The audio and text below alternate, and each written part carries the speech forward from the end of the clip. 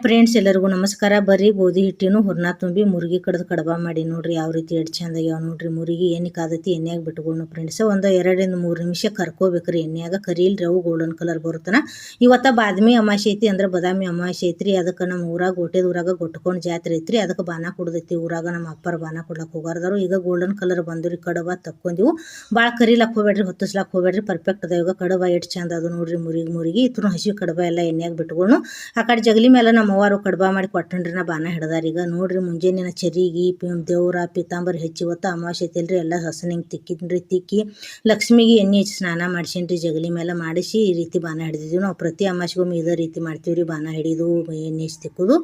ಈಗ ಮನ್ಯಾಗ ತಿರ್ಲಾಕ ಇವು ದೊಡ್ಡ ಕಡಬ ಮಾಡಿ ನೋಡ್ರಿ. ಈ ರೀತಿ ನಾವು ಚಿಕ್ಕವ್ರಿದ್ದಾಗ್ರಿ ಎಲ್ಲರೂ ಮದುವೆ ಒಳಗದು ಅವಾಗ ಏನು ಮಾಡ್ತಿದ್ರಿ, ಮದುವೆ ಒಳಗೆ ಕುಬಸದೊಳಗಾಗಲಿ ಈ ರೀತಿ ದೊಡ್ಡ ಕಡಬದ ಹುರಿನ ಕಡಬದ ಊಟ ಹಾಕಿಸ್ತಿದ್ರು. ಅದ ನೆನಪಿಗೆ ಬಂತು. ಅದಕ್ಕೆ ನಾವು ದೊಡ್ಡ ಕಡಬ ಮಾಡಿ ನಾವು ಚಪಾತಿ ಬದ್ನಿಕಾಯಿ ಪಲ್ಯ ತೊಗೊಂಡು ಊಟಕ್ಕೆ ಎಲ್ಲರೂ ಖುಷಿಯಿಂದ ಊಟ ಮಾಡಿದೆವು.